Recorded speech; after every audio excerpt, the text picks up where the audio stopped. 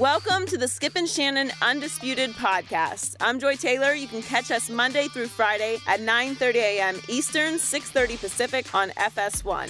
Here's what this podcast is all about. It's an unscripted, unfiltered, undisputed version of the day's show, and there is a lot to get into in today's podcast. LeBron James or Kawhi Leonard? Who's the better player right now? Skip and Shannon have a passionate debate on the topic, and they don't see this one the same way. Shannon calls out the Clippers head coach Doc Rivers for still getting a pass from 2008 and calls tonight's Game 2 a must-win for Doc and the Clippers. Skip drops an SMH reference to critique LeBron for grandstanding against the very average Pacers. Plus, Hall of Famer Chris Carter tells you that Andrew Luck is right where the Colts have put him, although he hasn't reached his prime yet. Finally, we welcome back Rob Parker to chime in on the latest Pacman Jones controversy and what the reflection this has had on his head coach, Marvin Lewis. Skip and Shannon, let's debate. Kawhi Leonard scored a playoff career-high 37 points in last night's win against the Grizzlies. During the game, TNT's Shaquille O'Neal and Charles Barkley called Kawhi the second-best player in the league behind LeBron James. Reggie Miller then gave his own opinion. Let's take a listen. Ladies and gentlemen, you heard Charles and the Shackster talk about the second-best player on the planet. He might be number one. Skip. Shannon. Who's better right now, Kawhi or LeBron? You know, Shannon, I apologize, but I got some bad news for you. I'm afraid that Kawhi Leonard, right before our very eyes, is eclipsing the king as a two-way, all-around Is he the best? That's not what Joy asked you. Is he the best player? All-around basketball player. Yes, he is. And you know when I knew this for sure? Obviously, Kawhi is a great defensive player. He's been back-to-back Defensive Player of the Year. I'm not sure he's going to win it this year, but he's won it 2 straight years. They robbed LeBron. You know, they robbed LeBron. Well, guess what? Age and attrition have caught up with LeBron on the defensive end, and I knew it for sure in a startling moment at the end of Game 1, Cleveland versus Indiana, when LeBron opted not to go mano a mano, eye to eye, with Paul George. Best player on one team versus best player on the other team. No, LeBron chose to roam so that he didn't have to have the ultimate pressure in case he got torched by Paul George for the game-winning field goal. So that's when I knew for sure LeBron has just decided he's not that guy on the defensive end anymore. And again, he's been in the league for 14 years. It's a long time. And he's, what is he, 37? 32. I keep getting... Seems like he's older than that. He looks a little older, but that's okay. Stop hating, Skip. I'm not hating. It's very unbecoming of you. So I've told you all year that a year ago, my San Antonio Spurs were LaMarcus Aldridge's team because they had gone out in free agency. Remember this? And LaMarcus was the premier free agent. And they said, we got him when everybody else wanted him, and we're going to rebuild around LaMarcus. And I thought it was basically an unwatchable disaster. So this year, they went back to camp and went back to the drawing board, and they said, you know what? No more of that. Let's go with Kawhi this year. Let's rebuild around Kawhi and make it his team.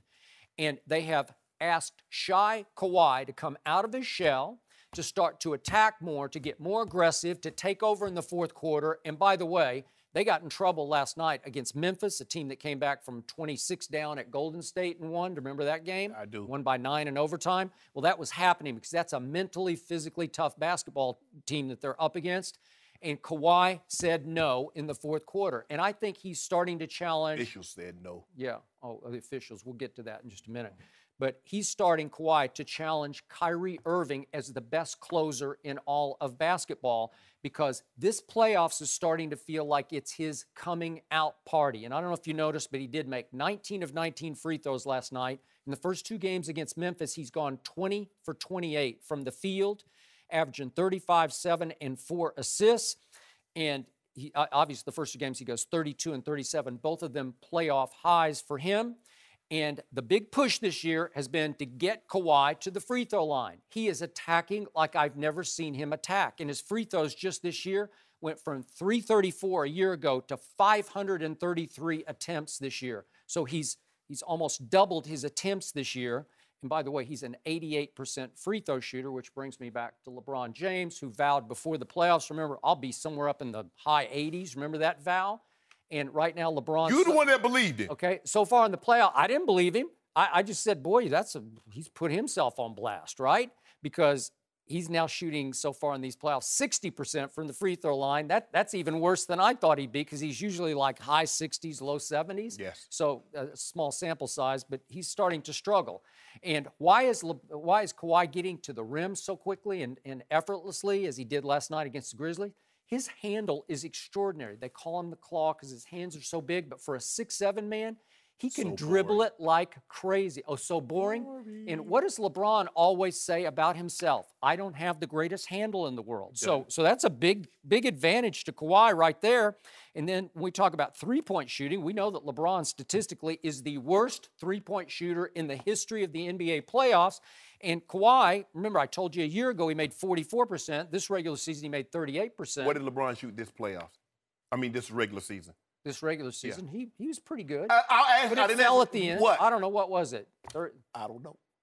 36%. 36. Well, Kawhi was 38 on a kind of an off year for him. No, he shot 44% a year ago. So that was I'd like to see those three-point shooting. That was contests. the aberration. That was the anomaly. The 44%. Yeah. He's more in line this year with where he's been in his career. So I told you the other day, and I'm going to give some kudos here to ESPN, but 4 of the experts on ESPN.com picked Kawhi to be MVP. And as big a Spurs fan as I am, I was kind of surprised by that because Zach Lowe is their lead basketball writer. He picked Kawhi to be MVP. 2 of their top analysts, Kevin Arnovitz How many picked and LeBron? Tom Haberstroh. Hang on just a second. Let me finish. Okay. You're going to get your turn in just a second. So 2 of their top analysts, they picked Kawhi Leonard. Mm-hmm. And the beat writer for the Golden State Warriors picked Kawhi Leonard. Of course. MVP. Wow, that's shocking to me. And your big argument for James Harden was what? Wins, right? Because he has more wins than Russell Westbrook. I'm a Westbrook guy. But if we're talking about wins, San Antonio had only 1 All-Star, Kawhi Leonard, and they won 61 games. Houston won only 55 games. So I think that would be a big edge to Kawhi, right? So by your perspective on this, do you think Kawhi should be MVP on wins? He didn't have any help. You double Dutch. You know, I'm Joy. Just let me know when it's my turn. Yeah. Let me know when it's my turn, Skip, because I'm trying to get in here. Anything else? No, I think I've backed you deeply into a corner that you will not be able to escape. I love how Reggie prefaced his comments by saying might be, although he knows he's not. Okay. Let's just take him at face. If Reggie's even going to go out on that limb, you know what Reggie's thinking. Yes. LeBron scores more points, has more assists, more rebounds, shoots better from the field. LeBron shot 54.8%, Kawhi around somewhere around 48 points. Well, that's staggering. Just a huge advantage. Oh, 6 points is not good, huh? It's not that big a deal. So go ahead. Kawhi actually shoots jump shots and outside shots. Oh, LeBron does? He makes them. Oh, LeBron does it? Yeah. So all he does is layups and dunks, huh? Yeah. He tries sometimes to a fault, but go ahead. LeBron is way better playmaker. Skip. Kawhi averages 3.5 assists per game. LeBron was 8.7. Tell me who on that team Kawhi makes better. Everybody. When they how would he average 3 assists a game? Over. You know what? When they need a big assist to set up a big 3 late in the game, it's always Kawhi getting in the lane. How about this? Dishing it. How about I give you? It's unbelievable. I know you don't get to watch. How about I give you something that's a little more tangible than this? LeBron creates 14 more points per game than Kawhi. 22-8. Can I interest you in that? Oh, you don't want that? Who has a better PER? Player Skip! You had your turn. I didn't even interrupt you. Okay. I didn't interrupt you. Well, you asked me a question, so I get to answer when you ask me a question. You and I both know. If LeBron wanted to, could LeBron average a triple-double? Yes. Yes. But at what cost to Kyrie and Kevin Love? We already know. We've seen him lead the league in scoring. We've seen him average 30. We've seen him average 29, 28. So we know he can score the basketball. We've seen him lead the entire series in a playoff series in every statistical category that they keep. We've seen him do that. So we know what he can do. Skip, the man is 37th in first quarter field goal attempts. Think about that. LeBron James, a Mount Rushmore player as we currently speak, that's still active in the NBA, is 37th. In field goal attempts in the first quarter. Maybe you should be a little more assertive. No. Oh, hold up. Here's the problem. Do you know LeBron? So he's taking first quarters off? Skip. LeBron James drives the ball more than Kawhi, but they shoot the same amount of free throws. It's like if I'm working at a job, Skip, and I work, and me and Joy have the same job title, the same job. I work an extra 3 hours, but she get the same pay. I need to talk to the boss and see what's really going on. Where would that be at? That's a good On the court. LeBron drives the ball 9.4 times. Kawhi drives 6.4, and they shoot the same amount of free throw. But I'm going to put it right here, and I'm going to leave it like this, Skip. I'm done with this. After this, will be no more discussion. LeBron on and off the court per 100 possessions. When LeBron James is on the court, they outscore their opponents by 7.8. When he's off the court, they're outscored 8.5. That's 16-point differential. When Kawhi Leonard is on the court, they are 100 possessions. They outscored their opponents 8.7. When he's off the court, they outscored their opponents 6.5. That's a 2-point differential. Have you seen this second level analytics about that? Well, you got to give me a chance to respond to that. You'll get a chance. You'll get your chance. The Cavaliers, when they both missed 8 games. Kawhi missed 8, LeBron missed 8. The Cleveland Cavaliers are 0-8 when LeBron didn't play. The San Antonio Spurs are 7-1 when Kawhi Leonard did not play. Probably playing Eastern Conference teams. No further. I have no further questions for you. You have no further questions? Am I on the defense rest? You know what? The problem here is that, wait a second, who's that guy, Kyrie? You call him Unk? So LeBron's got that guy. Yep. And you were raving about Kevin Love. Throw him the ball, what'd you say? He had a fish. Is it a fish? He had a fish on the line, right? Fish fillet. Okay, so you got 2 All-Stars on your side, which gives you lots of comfort zone, lots of peace, right? Pau Gasol comes off the bench for the Spurs. And what is he, 38? Was he an all-star? He used to be. Was LaMarcus Aldridge an all-star? Used to be. Okay. Not anymore. LaMarcus just mostly plays defense He would skip.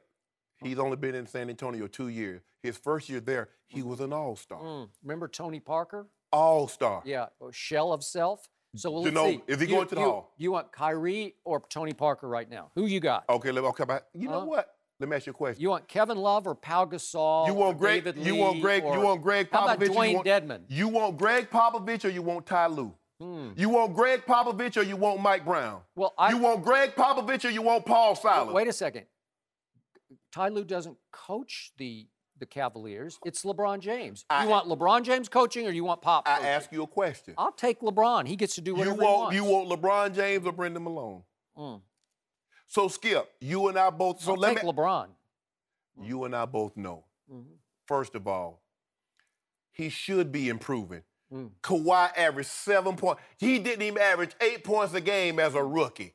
When was LeBron ever average 8 points a game? When he was like 6 and he played on the varsity team. He averaged 12 points a game then. This is a late bloomer who has just bloomed, and it's over. I'm sorry to break the news to you. But LeBron James didn't even take Paul George the other day head-to-head for the game. How can you do that? What's wrong with your guy? He's getting old. You have to accept it. Kawhi is 25 in year 6. LeBron averaged 28.4. He's the only man to can say in the history of the NBA. Okay, I'm going to ask you something, and I want you to say yes or no. Has anybody in the NBA history ever averaged 25 points for 13 consecutive seasons? Michael Jordan, Bill Russell, Wilt Chamberlain, Kareem Abdul-Jabbar. Abstain. Larry Bird. You said can I treat him like a hostile witness? Was he supposed to say yes or no to all of them, or? When I say a name, you say yes or no. Okay, what does that have to do with today, tonight, tomorrow night? Guess what, We're LeBron? Talking now, and you're talking then. I want now LeBron it's over. Now. I want LeBron right now. Who do you want playing defense right now, LeBron or Kawhi? I'll take Kawhi. Kawhi's a better defense player. Thank you. It's over. No. It's okay. But it's okay. Hold on. 37 against Memphis, 32 against Memphis. Wait, 19 of 19? If LeBron went to the line 19 times, you'd be lucky if he made 12 of them. Oh, but you didn't tell me. How many of those analysts said LeBron? You said 4 pick Kawhi. None. How many? None. How many? None? None. Nobody's picking LeBron. Lies. What do you mean? Lies. No, it's not a lie. It's the truth. There were 18 for Russ. Yeah. There were 5 for James, 4 for Kawhi, and 1 for Steph. Hold on. Shocking. At the beginning of the season or right now? Now. Oh, if he ex post facto. Yeah, these are the experts. It's the lead basketball writer and 2 of the top analysts. It's easy. They have Kawhi as the MVP. You got to accept it. It's easy to say Halle Berry is the most beautiful girl after the fact, but who said that when she was in 7th grade? Well, probably the other 7th graders. Yeah. You say that at the beginning of the season. Kawhi would be the MVP after the season done played. No statistical analysis, although no, I do agree, but still. All I'm saying is LeBron is about to be 11-time first team All-NBA. Shannon, you're living in the past. I'm living right now. Me and Bron. I can't wait till we see Kawhi versus Bron in the finals. When Kawhi, I tell you what, when Kawhi gets to 6 straight finals, then Kawhi can come into this conversation. When Kawhi gets traded to the East, then maybe we could have that conversation. Kawhi did score his career high against LeBron this year, too. He shot, hold up. 41 points. Are you going to say how many shots he took? I mean, LeBron every time you give how many shots LeBron was 11 of 16. Kawhi who won that game? Kawhi was 15 of 30. Who won that game in the Kings' house? They won, Skip. How did Kawhi's team win 10 more games than LeBron's team? Skip. With only 1 All-Star Kawhi. Come on. So wake up. Hold on. Accept it. Father Time has caught up with your man. So in year 5, how many MVPs did Kawhi have? He's a baby. He's 25 years of age. How many MVPs did LeBron have? We're living in the past. How many living MVPs? In the past. It's all you got is the past. How many the past MVPs? Is past. The past is past. You know what? Now is now. At 32, and the guy that's living in the past averaged more points, more rebounds, more assists, more block shots than the guy that's 25. Well, hopefully we'll see them together his team in the finals. went 23 and 23 over the last 46 games. That is staggeringly wrong and bad. It's okay. It's okay. When Kawhi beats Golden State, tell Kawhi to holler at me. Yeah. Tell Kawhi to get at your boy. No mercy. Thanks, guys. It's Joy. Before we move into the next topic, I want to bring in Skip and Shannon with a great offer for our listeners from Saks. Thanks, Joy. Skip and I wanted to tell you about Saks Underwear Company. That's right, Shannon. We all know that most guys settle for underwear that just isn't quite right. It's not as comfortable as it should be, or it should have been thrown out months ago, if not years ago. Nowadays, there are so many options to choose from, but I want to tell you about one brand, Saks. Shannon and I may disagree from time to time on Undisputed, but who can question the word of a guy who made the Pro Football Hall of Fame? Shannon, how important is comfort when you're working out? Comfort is very important when you work out. You don't want something too snug. You don't want something too loose. You want something that will absorb the moisture, but you feel comfortable in it. And the more comfortable you are when you work out, I believe the longer you will work out. And that's the most important thing. So I am glad I got an opportunity to try Saks Underwear Company, and they're working great for me. That's right, Shannon. Saks was created by a real guy, an athlete, and an outdoorsman, so Saks knows what guys are looking for when it comes to a good pair of underwear. Saks is more supportive than other brands out there, and it uses the highest quality material. Saks will keep you cool, dry, and comfortable. We want you to use Saks so you can feel the difference for yourself. Go to our special site, SaksUnderwear.com/undisputed, and you'll get 20% off your first purchase for a limited time only. That's Saks with 2 X's, SAXX underwear.com/undisputed for 20% off your first purchase. Thanks. Once again, that is SaksUnderwear.com/undisputed. Our listeners will get 20% off your first purchase for a limited time. Go to Saks, that's with 2 X's, SAXX underwear.com/undisputed. Now let's get back to the show. No mercy. The Cavs nearly blew an 18-point fourth quarter lead last night, but they held on to beat the Pacers and take a 2-0 series lead. LeBron had 4 blocks and 4 steals, and combined with Love and Kyrie to score 89 points, their highest combined total in a playoff game. A game after saying he needed to take the final shot, Paul George scored 32 in the loss and called out his teammate Lance Stevenson. Let's take a listen. He's got to learn to control himself. He's got to learn to just be in the moment. Lance is in our locker room is looked upon as a leader, one of our leaders. So his body language has to improve just for the team. We all know it. Lance is an emotional guy, and a lot of it is just his heart and his competitiveness that that emotion comes out on. But he's just got to channel that and put it towards making effort plays on the court and doing whatever he needs for us to succeed. We're right there of what we know we can become, and we figure it out. So, like I told you, I'd much rather have an 18-point lead than not have a lead at all. And we make plays down the stretch to win a ball game, and in the postseason, that's all you can ask for. But we're right there on turning the switch on what we really can become. Right there. I like that hat. That hat was nice with his skin. Yeah, that's the hat of a champion. Yeah, he's getting a little Cam Newton style going on. Yeah. How impressive were the Cavs last night, Shannon? I'm going to give him a C. A C? I'm going to give him a you? C. Yeah. Shannon gives him a C? Yeah, but I'm also realistic. Although you don't think I am realistic and objective, I really am. Skip, I think for 3 quarters they played about as well as they could possibly play. 32 points in the first quarter, 31, 33, and then they tailed all the way off in the fourth quarter to 21 points. And the reason why I gave him a C is because LeBron was the turnovers. The turnovers is what kept the Pacers in the ball game. And LeBron was sloppy. I mean, you look at his stat line, 25, 10, 7, 4 and 4. 4 steals, 4 blocks. And you're like, wow. But then you go a little further, the last column, 8 turnovers. Oh. 8 of their 18 turnovers. Noticed. Yes, I so did. He was going for a quadruple double. No, he was not going. I mean, but I just think the thing is he needs to take better care of the football because an 18-point lead should have. Basketball. I mean, basketball. Well, he's a freight train. We know he plays freight football, trainism. right? Yeah. LeBron needs to understand. I know he does understand.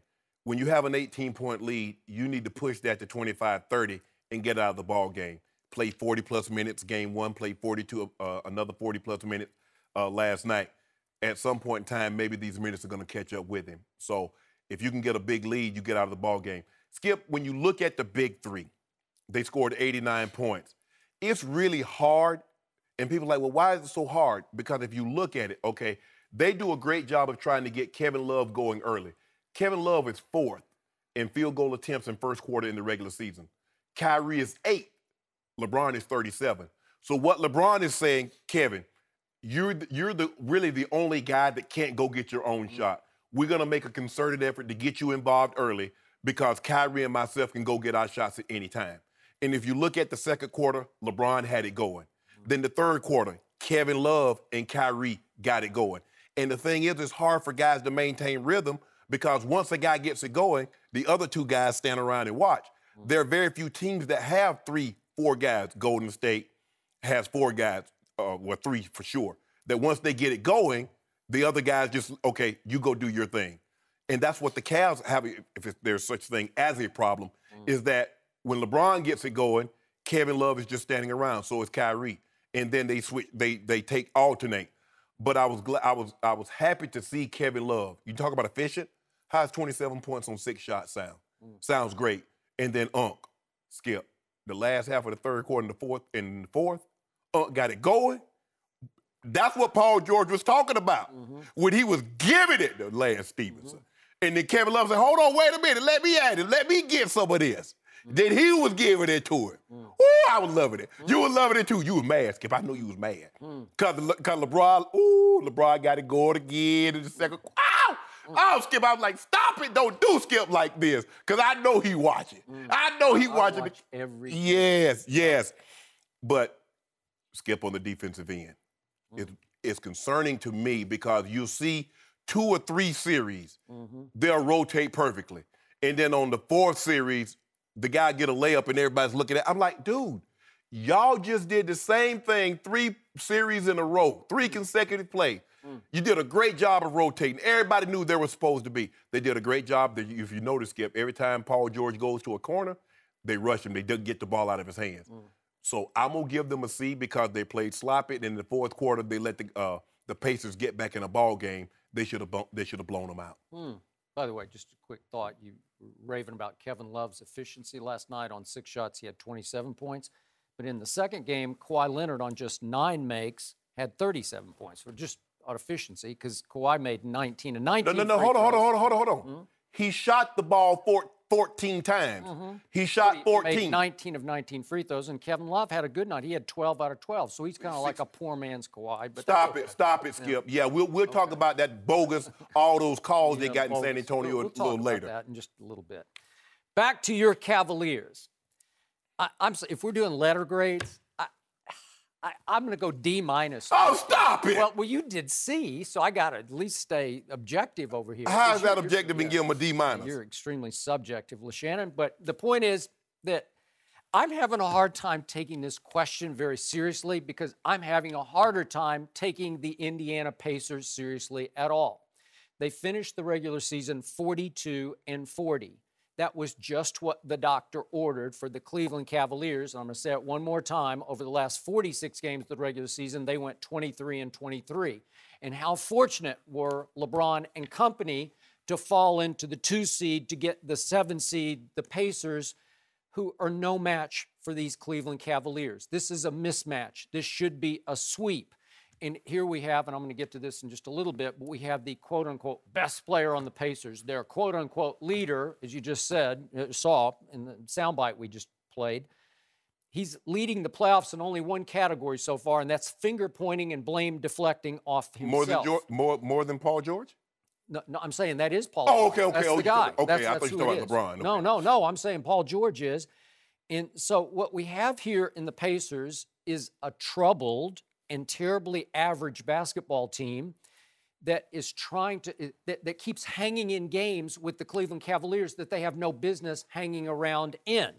So let's look at what happened last night. As you point out, they played really well, and they should play very well against this team for almost 3 quarters because they're up 19 with 2 minutes left. Let's give them 3 quarters because they're up 18 going to the 4th quarter, as LeBron just pointed out in that soundbite. But here we went again. Because the team that struggled down the stretch, the team that can't close, the team that blew a 26-point lead at Atlanta was at it again last night because I was just dumbfounded. I just thought this would be a complete wipeout. You were asking me to predict it yesterday, and I'm like, I'm not going to predict. I mean, Indiana's got no shot, especially after they had their shot to steal game 1. I thought they would just psychologically collapse in game 2, and it looked for a long time like that's exactly what was happening. But I forgot it's Cleveland in the King's house, and these are not the same Cavaliers of a year ago. Cleveland with no D. Yeah. Because they ranked, 22nd in defensive efficiency. And by the way, these Pacers were 17th in defensive efficiency. I'm sorry, 15th in defensive efficiency. Pretty good. So they're very terribly average on defense. So I'm glad the Grizzlies finished first in the West. And San Antonio Spurs drew them in the playoffs. Yeah, Memphis is really physical and really difficult, but we'll get to that a little bit later here. So what happened with 3:41 left, the star of the other team, Paul George, the guy who's really thinks he's a superstar and has never come close to being that, he had a 3-point shot to cut it all the way down to 6, which was shocking to me. And of course, he missed that shot. And then with 1:11 left in the game, Paul George had another 3. Paul, are you watching? Are you listening? He had another 3 to cut it all the way down to 2 points. With 1:11 left, this could have been a 2-point game if Paul George makes his 3, and he missed his 3. So what was happening, meanwhile, on the other side? Where was the king? Again, you point out that he had 8 turnovers in the game, which helped keep Indiana afloat, but down the stretch from the 9:19 mark in the 4th quarter all the way down to 4:53, I don't know where LeBron was. He didn't take a shot. Okay, I'll give him that. Maybe he's trying to get Kyrie to close. I don't know. But over the last 4:53 of the game, LeBron James went 1 for 5. Okay, that's not exactly closing. He missed a turnaround, then he missed a 3. He made a really nice floater in the lane with 2:02 left, but that put him up 7, so it wasn't exactly a big clutch shot. Then at 1:23, he missed a step back. And with 31 seconds left in the game, LeBron James missed pretty much of a bunny of a right-hand layup. And they were up 5 at the time. That could have made them up 7. So then what happened with 25 seconds left in the game? LeBron James soars across the lane and blocks Miles Turner. He blocked him. Okay, not a big deal because Miles Turner is. You made a big deal about Draymond's block. Okay, but I'm just saying. The game, they're up 5 at this point. Should have been up 7. And what did LeBron do? Let's see what he did. Oh, wait. No, he's shaking his head. No. Wait a second. You're playing the Indiana Pacers, and you're up 5 with 25 seconds left, and you're doing this? No. You know what? No. And at home, I was SMH. I'm shaking my head over him shaking his head. What a bunch of grandstanding front running. How can you do it? It's the Pacers. Skip. If it's Golden State in Game 7, I'll give you shaking your head. But I'm shaking my head over the whole performance last night. I'm just shaking my head. Okay. No. You're better than this. This team is terrible that you're playing. Hold on. What are you doing, LeBron? Come on, have some perspective. You heap so much praise on Draymond for blocking Dame Lillard. I told you I get sick of Draymond chest beating and flexing and doing all this. Yeah. Well, I don't want to see it because you got to beat somebody first. Don't tell me if there's no Nurkic for Portland. I don't want to see him doing that. You're in the playoffs. So those are the 8 best team in the West. Those are the 8 best teams in the East. Yeah. You're in the playoffs. Yeah, you're in the playoffs. playoffs. LeBron said no. So LeBron, again, over the last 4:53 of that game against the Pacers, up 1-0 in his house. He goes 1 for 5, but he does block Miles Turner, and he's doing this. Not in my house. No. You know what? Why didn't he say not in my house to blow the 18-point lead or almost blow the 18-point lead? What is he doing? I don't know. Is that all you got, LeBron? I don't know about no almost. You're better than that. I don't know you know what? about almost. That should be beneath his dignity. It's not. Really? Against the Pacers? And guess what? Remember we did it last time to Steph Curry. We blocked his shot and told him. No. You remember Remember Reggie? Miles Reggie was on the stage. Miles Turner? No, Come on. No. Oh, yeah. No. I'm sorry. Try to get a layup at my house. So then let's go back. You better say, King, may I? King, may I? May I lay the ball in, King? This is going to be a sweep. It's a joke. And by the way, Paul George's criticism of Lance Stevenson was a flat-out joke to me. You want to talk about blame deflecting? This guy's out of control after these games. He heaps it on, obviously, C.J. Miles. Why didn't you give the ball back to me? With like 2 seconds to go, yeah, he's going to give the ball back to you after you gave it up twice to C.J. And then poor Lance Stevenson last night. So they're desperate, and they try to go small, did the Pacers. Yeah. And they put Lance Stevenson, who towers 6 feet 5 inches tall, on one Kevin Love. 6'10". 6'10", okay? And I know you know this. Kevin Love is the nephew of a famous Beach Boy. You know the Beach Boys? They're way before my time, but you should know them. You know Dragnet and all these shows, right? So you want to talk about day at the beach for a while for Kevin Love? He's just like here. And remember, LeBron saw him right away and made a nice like 3/4 court pass, just a 2-hand chest pass to him. Here, because he's got 5 inches on poor Lance Stevenson, and he calls for the ball in the lane, grabs it, just turns around and lays it in over poor Lance Stevenson. And, of course, Lance is furious because he's getting embarrassed because the coach has put him in a position of having to guard a 6'10" post player. And when Kevin Love was in Minnesota, we haven't seen it much here because he's been more of a spot-up three-point shooter. But trust me, he can terrorize people in the low post. Hold up. But you didn't have no problem when Kevin Love was trying to guard him on the offensive end and Lance was all out there showboating, hit a quick 6 points. You didn't say a word about that. I love Lance Stevenson. I told you he's the only guy who actually believes in his heart of hearts that he can beat LeBron's team. He can't beat nothing. Well, he can. He had 16 more last night. I wish they'd just start him and play him 42 minutes because they'd have a much better chance. In football, what we call Lance Stevenson trying to guard Kevin Love, we call him a fish. And anytime you get a fish on the line, what you do? You bring him in and take him to the market. Okay. So LeBron knew whose fault is the fish? It's Nate McMillan's fault. What are you doing? So how can Paul George sit up there as the leader of this team and blast Lance Stevenson for bad body language? He's just looking at his bench like, give me a break. No. I can't guard him. What are you doing? They went small. He was like the tallest player on the floor. Well, or Paul George. You want him to guard LeBron? Why didn't Paul George go guard Kevin Love? Okay, and put 6'9". and then put Lance Stevenson on LeBron? Why not? Why not? Did you see LeBron blow by him and dunk it?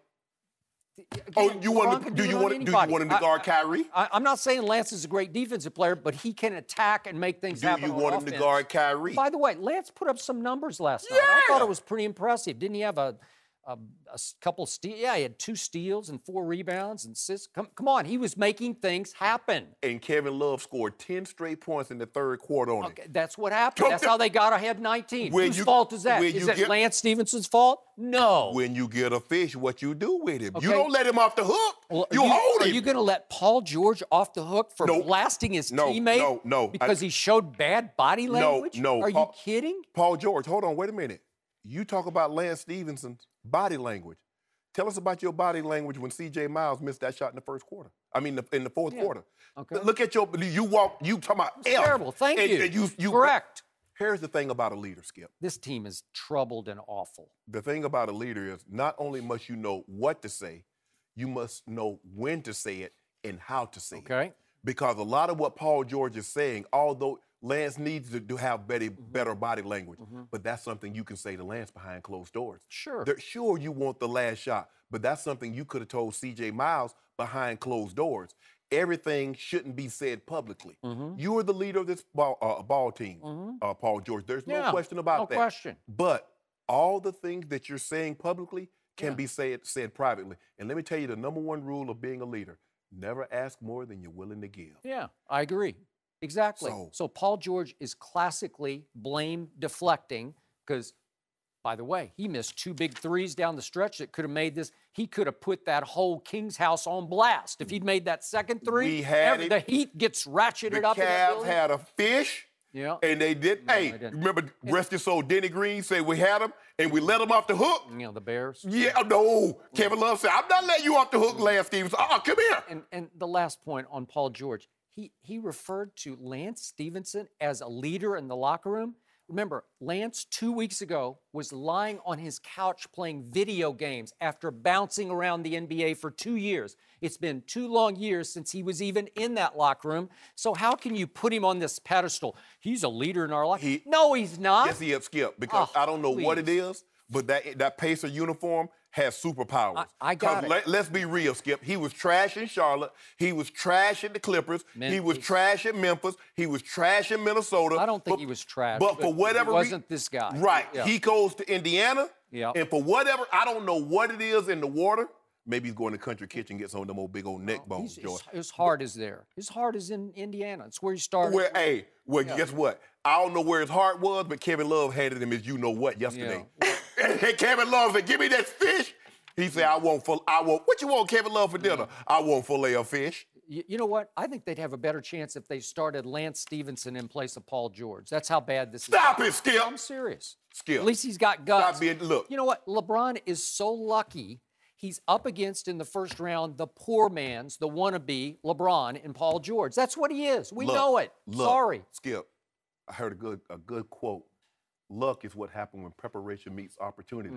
Luck, they call it. No, luck. When you prepare yourself like the King has, and you get to the playoffs. How lucky is the King he's been in the Eastern Conference low these many years? 14 years. You didn't have a problem when Michael Jordan was in the East and the bad boys Pistons were old. Because the East was the West in those days. Oh, really? The Knicks. Yes. How many Hall of Famers on that Knicks team? They were tough. How many Hall of Famers on that Pacers team? How many Hall of Famers on that Boston team? Yeah. On that, they swept him. Well, to your point, Skip, about him owning Paul George, LeBron is now 14-5 against Paul George in the playoffs. So. There you go, Paul.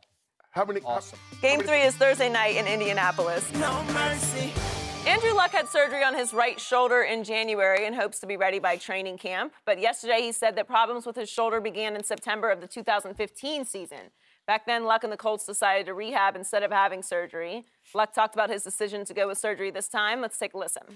Absolutely my decision, and the team gave me all the resources I need. I felt like I needed to make the best decision. There's certain things that I can do with the group. There's certain things that I cannot, and I do the best I can within that plan and have good concentrated effort in the right direction. So I don't feel like I have to make up anything. Certainly, there's obviously, I'm not gonna be able to throw. Yeah, I get that. I'm not gonna be able to take snaps with the guys and run and hand off and do all that jazz. But I'm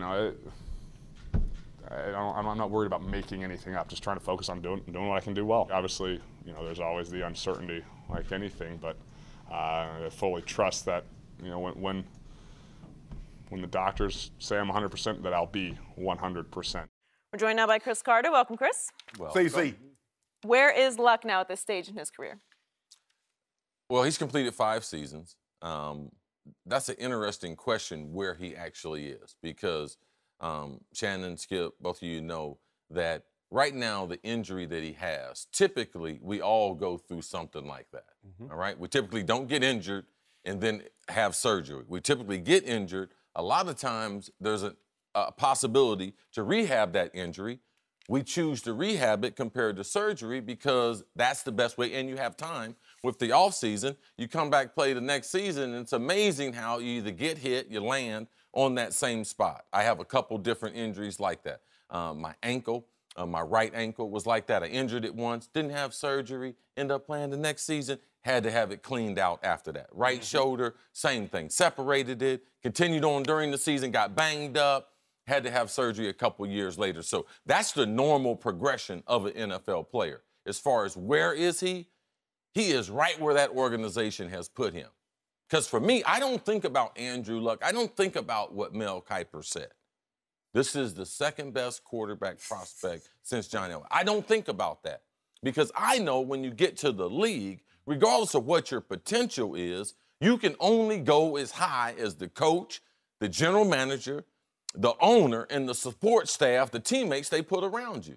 So if for me, you ask me where he is, I think he's in a great spot in his career. Now, I don't think they're going to be a dominant team because they still haven't figured out how they're going to beat the Houston Texans. How are they going to block them up front? Forget about the quarterback. How are they going to match up with the front 5, the front 7 of the Houston Texans in their division? Because their division has really, really improved, all right? Jacksonville is going to be tougher under Tom Coughlin, and I believe that Tennessee is a much improved team. So Andrew Luck, where he is, to me, I'm not surprised where he is. People might think that he should be higher, but if you look at 5 years, look at the quarterbacks that have won the Super Bowls. Look at the organizations that have gone to the Super Bowls and won the Super Bowls. They had more support than Andrew Luck had. Yeah. Now, I know I listened to you earlier, and you were talking about Russell Wilson and some of the other quarterbacks and how they do have Super Bowl. If Andrew Luck had gone to Seattle, he'd have a Super Bowl too. Absolutely. If he had been drafted by someone else different, he would have the possibility of having that Super Bowl. For me, I was a late bloomer in my career for different reasons. I didn't make my first Pro Bowl until my 8th year. Now, I did make 8 in a row. But, so I give out hope to guys when they get into their maturity, late into their 20s, there is a great opportunity. I don't believe Andrew is near his prime. I believe he's close. I believe he can get into his prime and stay in his prime for 8 to 10 years. So I think it's limitless as far as what he can accomplish. Also, Peyton's gone out the league. Ben Roethlisberger will be gone in a couple years. Brady will be gone in a couple years. So, you know, given the era that he came through in 5 years, I'm not disappointed. I'm disappointed with the support that they put around him. I think, and it can be attributed because if you look at the quarterbacks that have won Super Bowls, CC, as you mentioned, look at the teams. The Baltimore Ravens, what do they have? Structure, stability. The New England Patriots, structure, stability. Denver Broncos, structure, stability. Seattle Seahawks, structure, stability. Okay, what about Indy? See, here's the thing. When they got Andrew Luck, when Peyton was there, they had structure and stability. Yeah. Oh, right? Yeah, you know, yeah. They had the coach in Tony Dungy. They had a general manager in Bill Polian. But Peyton they had a better offense. But Peyton Manning covered up for a lot of mistakes. Yes. You make a mistake as the general manager, you draft somebody bad, we don't even know about it because Peyton going to cover it up. You make a dumb play call as a head coach or an offensive coordinator, Peyton Manning will cover it up. See, the mistake that Ryan Grigson made, Skip, treat him like a bank. The money is Andrew Luck. Who you going to get to guard the money? You're getting cashiers. You signing Andre Johnson. You drafting Philip Dorsett. You drafting Moncrief. You drafting all the... Who gonna protect the money, CC? Who got their eyes on the money, CC? Yeah, you got to. Nobody protecting the money. And they just going in there just knocking him, just getting all the money, just knocking him down. And then he thinking he's a fullback. He listening to Skip Bayless talking about he's a rugged, big, tough dude. Crazy. The NFL has broken a lot tougher, bigger dudes than Andrew Luck. Quarterbacks ain't built for that kind of punishment. Did Peyton have a bunch of Pro Bowlers protecting his money? But no. Peyton had better receivers. Peyton had a better offensive coordinator, and Peyton had full control of the whole offense that he could get rid of the football quicker. Quickly. Yes. Right? Skip. See, and therein lies the problem. Because Jim Irsay convinced those fans that Andrew Luck was going to be better than Peyton Manning. And they started believing that. You don't, like I said, you don't realize and understand Peyton Manning's value until he's not in the building anymore. And then you realize, oh. And then you also made a mistake on the exit by saying that we underachieved with Peyton Manning, and I would be disappointed if we didn't win multiple Super Bowls. Like, hey, he pointed to his finger. Like, Jim, you need to stop. I need more of these. I need more of these. Them Star Wars numbers, they're good, but I need more of these. Okay. Yeah, they made nothing but bad decisions since they called from the press box and called the police on New England. Okay. All right? Since then, they have done nothing productive. And I, for one, am not using 20/20 hindsight when I tell you that before Jim Irsay made that move, I said this is the worst mistake he will ever make, to push Peyton Manning out the back door prematurely. Because Peyton went on and could have won 3 straight MVPs and did win 1 out of those first 3 years, but they were really big-time top 3 quarterback kind of years. It took Adrian Peterson having probably the greatest rushing season in NFL history. Yes. And I'm sorry, I did go on record with this. Andrew Luck. And you're one of the few people too skilled. Okay, thank like you. But to me, Andrew Luck he is the very same guy I saw against USC his last year at Stanford, and the same guy I saw against Brandon Weeden in that bowl game. I don't know if you remember. They played Oklahoma State. Oklahoma State won the game. I see a great young man, a tough guy, tough to a fault, who, while Tom Brady is more of a surgeon, Andrew Luck, to me, even back in his Stanford days, was more of a blacksmith to me. I'm going to use this hammer. I'm going to pound it through you. Right. If I have to, I'll run over you, right. and I'm going to throw it through these 3 guys to my receiver over here because I got a big arm, and I'm going to stand back here, and I'm going to take 4 shots before I deliver this ball. And you can't survive that way at the next level, especially if you don't have the best offensive line in front of you. So I always saw a guy, and this comes off as harsh, but I think it's true. He has a high football IQ, but on the field he can be a little thick-headed on occasion because he will try things that just aren't the smartest high football IQ plays, which is why he's turned into, by #1 overall pick standards, a turnover machine. Again, second in the NFL in total turnovers as a rookie. In his 3rd year, he was 2nd overall, 1 to Mark Sanchez, 1 to Jay Cutler. That's bad company that you're keeping at the top of the turnover charts, You don't want to be right? on any list that they're No, on. you just don't. And so here's a guy who he's taken such a beating. He's almost like a beat-up running back now, and I fear for him going forward because I don't know if he's going to be protected all that much better because I don't know if he's got the finesse and the feel to get rid of the ball that much quicker than he has. So if he's going to finally get healthy and come back, he's got the shoulder, he had a lacerated kidney, he had all kinds of rib injuries. You know, you're just battered. Your body has a cumulative pounding, and I think, you know, he's been a disappointment by where he was taken in the draft because for 5 years, he's averaged being 13th in QBR in the league. It's not very good. It's just kind of like just above average, just what he is, and that's really how he's performed. I think Andrew Luck, but here's the thing, Skip. The one thing that I haven't seen is that I've seen from other guys that were taken #1 overall is that they start to flinch. Sam Bradford was flinch in the pocket. I agree. He will fold He flinched in like a Oklahoma. banquet chair at the end of the night. Andrew He Luck will not flinch. Andrew Luck won't flinch. No. And so as long as he doesn't flinch in the pocket, I think he has an opportunity. But once he starts hearing footsteps and those ghosts, then you start to worry. I wouldn't be overly concerned with Andrew Luck and where he is right now because I still believe he can go on to be a great quarterback, but he needs some protection. Yeah, I agree with you. I believe he's going to go on to be a great quarterback, and I believe he'll win a Super Bowl. But I am concerned because they still have, for the most part, Coach Pagano, I believe more in Coach Pagano than I did in Ryan Grigson. Yeah, I did too. But they made some serious mistakes in trying to build a team. And for me, what I don't have faith in Jim Irsay. Nor his judgment to build a team. Okay? Because, yeah, he gets credit for a Super Bowl, But let's not forget the 2 Hall of Famers. Number 1, Bill Polian. Everybody say Peyton Manning. That's Peyton Manning. Bill Polian built that. He picked Peyton Manning. But here, and that's the thing, though, Skip, is that you would think he complained about all these Star Wars numbers, and what did he do? What did Ryan Grigson and Bill Polian do? They went and built the exact team that Peyton Manning had. They went and got a bunch of receivers, nobody to protect it. That's true. Got a quarterback, a bunch of shiny new toys, and what? No the very Manning. thing that you spoke out against, you went and got. No mercy. Joe Johnson hit a jumper at the buzzer to beat the Clippers on the road in Game 1 on Saturday. Game 2 is tonight at Staples Center.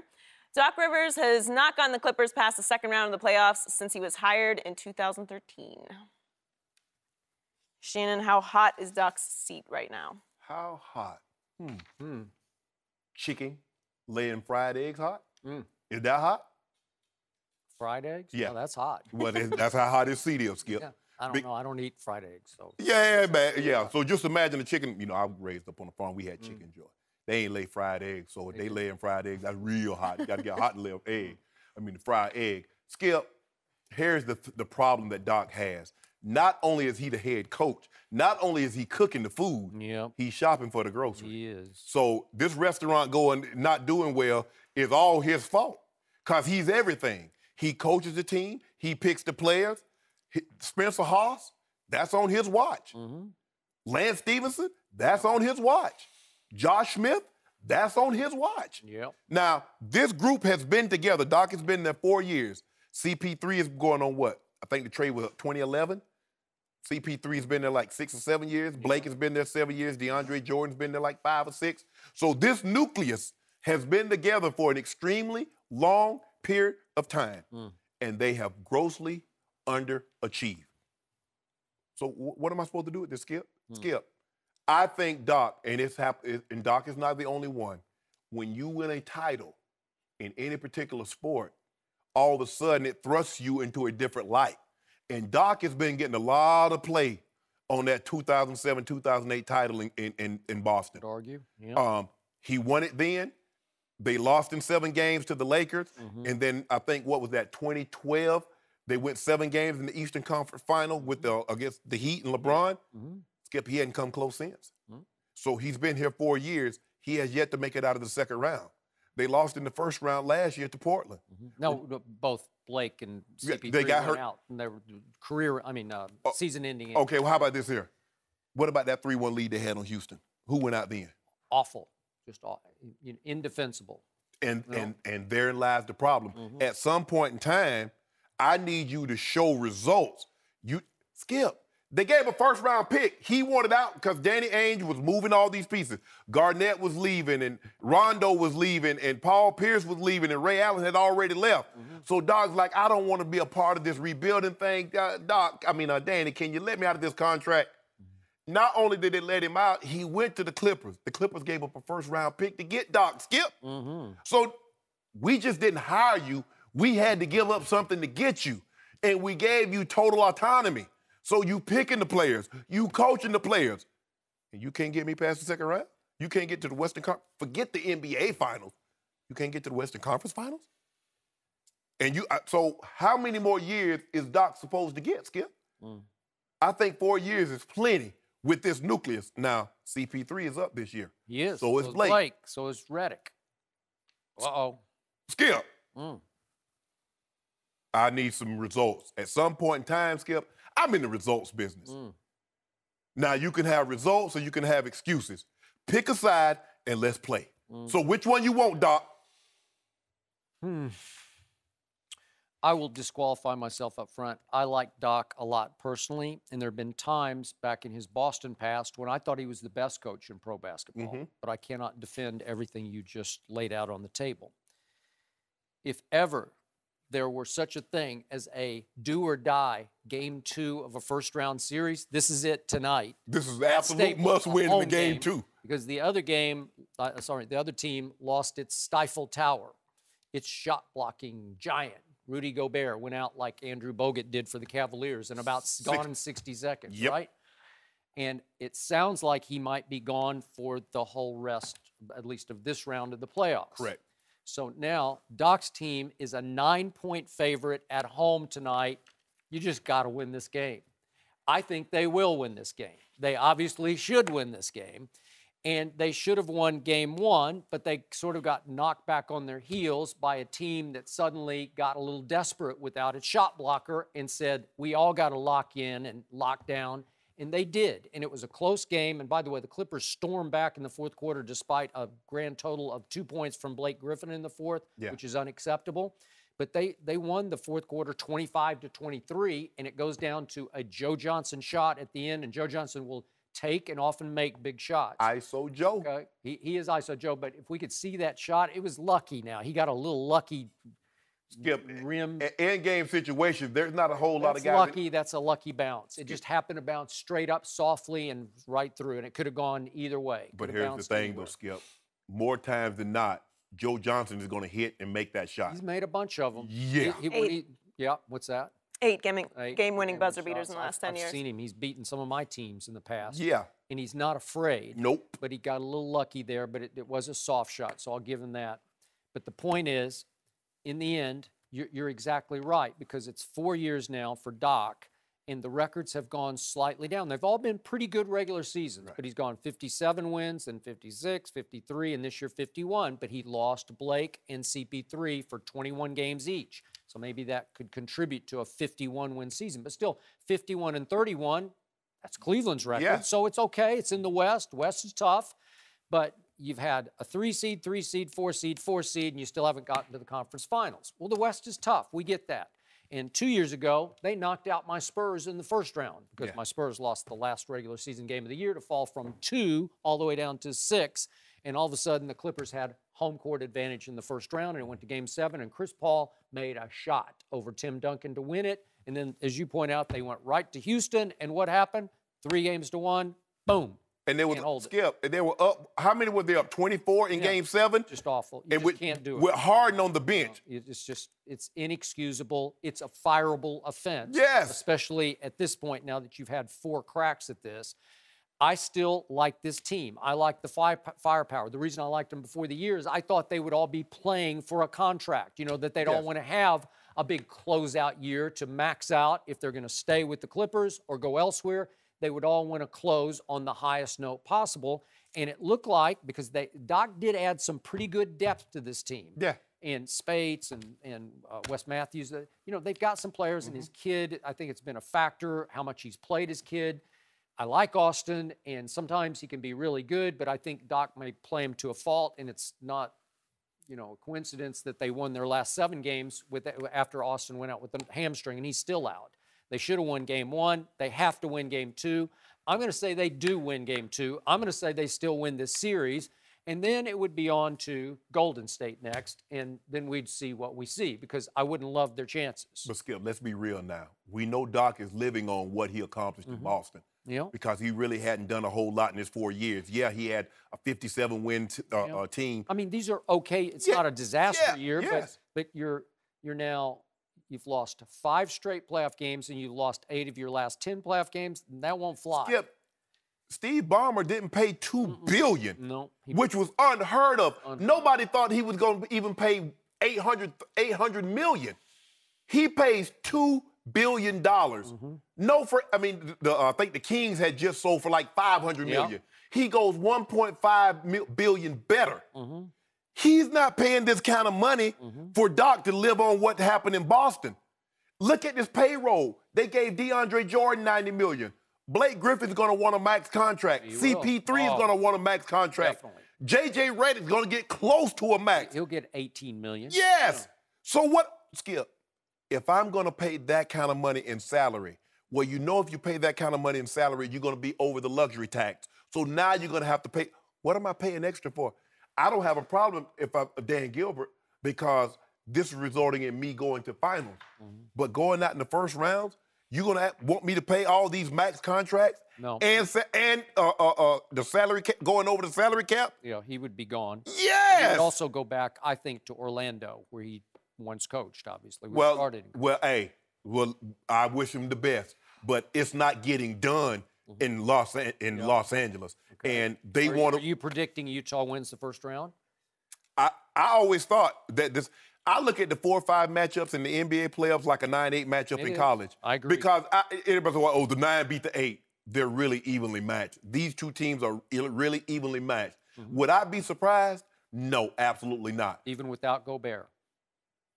And what you call him, Derek Favors. Now, how much? Because you remember he was limping, Skip. He's playing on one leg. Mm-hmm. So he was good the other night. That was a lot of adrenaline going. Mm-hmm. Now that that injury had a chance to settle in, how much can he give them moving forward? I still like the Clippers. I hate saying a game 2 is a must-win. It is. But this is an absolutely must-win game. You got it. Well, game 2 is tonight in Los Angeles, and make sure you check out Skip's Facebook for Facebook Live hits after all the biggest games throughout the NBA playoffs. No mercy. Yesterday, Pacman Jones spoke to the media in Cincinnati for the first time since being arrested in January for reportedly cursing at police and spitting on a nurse. Before the media session, Jones said he would not take any questions related to his arrest, but one member of the media asked about it anyway. Let's take a listen. I know you said you were thankful for the organization to have you back. Is there anything you have to show to the fans, you have to prove to the fans for them to welcome you back this year? There was a lot of people upset with the way things went down in the offseason for you. Didn't I just tell you don't ask me that? Yeah, but, you You out the conclusion. Turn around. Go back. Go back that way. See you. Next question. We're joined by Rob Parker. What's Welcome happening? back, Rob. Thank you. How was your trip? Did you enjoy yourself? It was very, very good. Very good. Still doing good on the diet? Everything's great? Mm-hmm. Detroit, I got to say, I'm impressed. I'm happy for you. You didn't believe me when I told you after the Super Bowl I'd get here. But Skip told me you're like an addict, too. You got to live one day at a fell time. off the wagon a little bit in New York City. But No. I'm good, Skip. But he looked good. I'm going to give him credit. Rob, you look good. You look good. You're allowed one cheat meal. Okay. Rob, what's your reaction to Pacman Jones? I wish Pacman Jones would tell me to go away or that I can't ask a question. And Shannon, I ask you, as a former player dealing with the media for a long time, are the reporters there for themselves or for the fans? For the fans. They have a job to do. Plain and simple. And Skip, you know this being in locker rooms forever. These guys, I just don't understand that guys don't really get it. You have a right not to answer the question, but you have no right to tell me what questions or dictate the press conference. He thought he had laid down ground rules. There's no ground rules, dude. Once you open up for a press conference, what ground rules? Yeah. That's not how it works. You could ask the question, and then if he wants to say, I have no comment to that, or I'm not interested in answering that, that's fine. Also, when you talk about Marvin Lewis, the coach, should probably be like, dude, you got to stand up there and face the music. Just go up there. Here you are. We're bringing you back. Everything cool. The fans want to hear from you, and that's the part that I just cannot stress more. Reporters don't care. We're not there for who wins, who loses. We want the best story that's going to be over the quickest so we can go home to our families like everybody else. It's just not that important. I think people get so caught up. So in this case, Pacman Jones is wrong, and players who don't get the job of reporters are wrong. There's a famous story that, Skip, you might remember, where Dick Young was a famous sports writer in New York. He's at a Larry Holmes boxing practice or whatever before a big fight, spar. And he tried to kick Dick Young out of the sparring session. And the other reporters said, no, if Dick can't be here, then none of us from the other papers, you would think, well, Dick's out of the way. But no, if he can do that to Dick Young, he can do it to anybody else and start to handpick. Same thing in this case. Those other reporters, I can't believe that they would just stand around and allow Pacman Jones to do that and then just go like, oh, okay, well, he kicked them out. I'm going to still stay here and ask the questions that he wants me to ask and not ask anything. And by the way, Pacman came back a few minutes later and continued to berate the same reporter. And this is the thing, Skip. Look, I get it. That Pacman didn't want to talk about the incident that happened in January. That's well within your right. You say, I don't want to talk about it. But the reporter has to do his job. And even though he asked and you ask him not to, you can say, I'm not answering those questions. I'm just going to move forward and talk about football. But you know what happened, Skip? The Pac-Man wouldn't let Adam go. You know, he said he doesn't want to be called Pac-Man anymore. He wants to go by Adam Jones. But Pac-Man wouldn't let Adam Jones go because he did the right thing. He says, I told you not to ask me that, and he walked away. He could have left it at that. But no, at the end of the day, we are who we are. and it kept him coming back. Skip, and I know how this is going to sound, but it bothers me.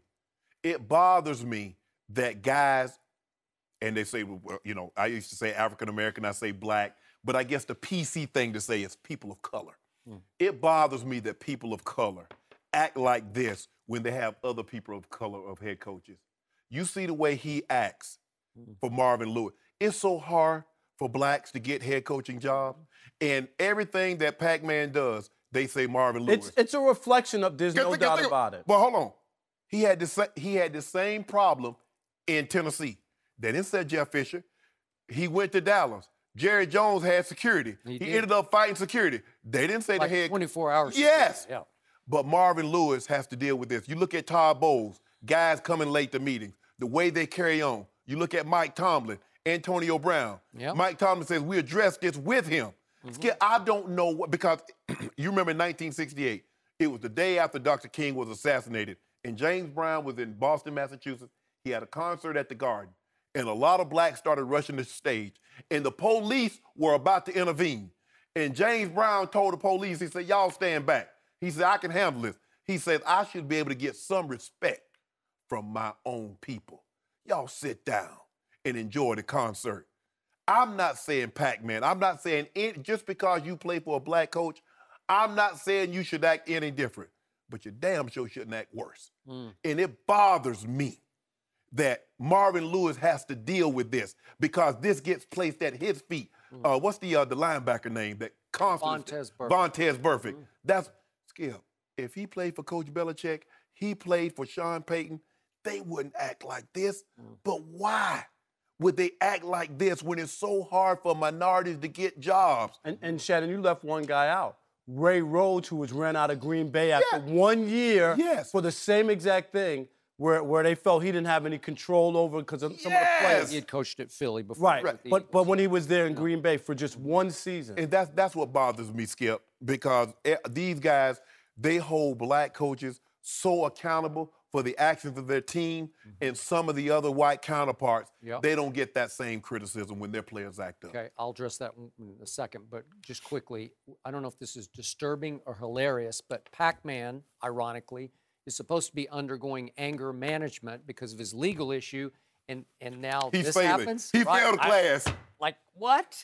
That's why, of all the times, of all the players to do that then, but back to Marvin Lewis. So he's been there now for 14 years. He's had his share of bad actors, and so has Bill Belichick, and so have a whole lot. Everybody has their share, but it depends. Can you keep them barely within the lines, and can they play the way you need them to play when it's time to play?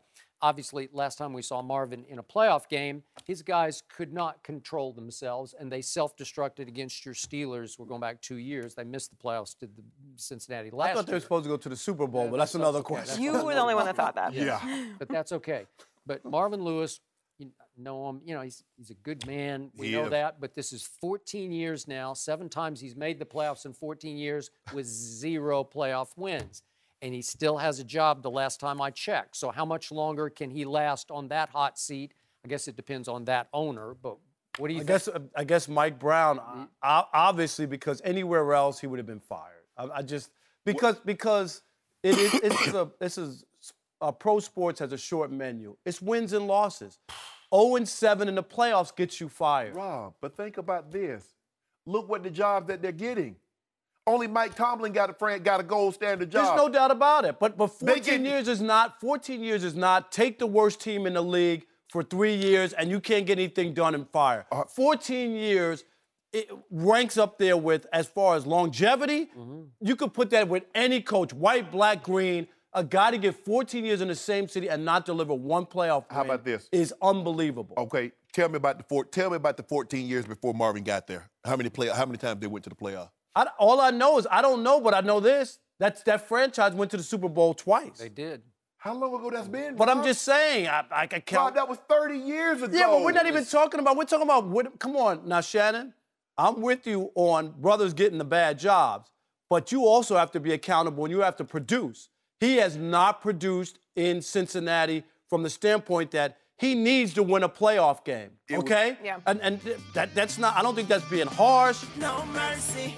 This is the Skip and Shannon Undisputed podcast, where we're delivering you an unscripted, unfiltered, undisputed version of the biggest topics of the day's show. Be sure to subscribe to the podcast on iTunes, like us on Facebook at Undisputed on FS1, follow on Twitter at Undisputed, and catch us at 9:30 a.m. Eastern, 6:30 Pacific, Monday through Friday on FS1. You can find us on channel 219 on DirecTV, 150 on Dish. Thanks for listening, everybody. I'm your host, Joy Taylor. That's it for us today. Tomorrow we'll be joined by the man you hear every morning. Lil Wayne will be in studio. You don't want to miss it. We'll talk to you then.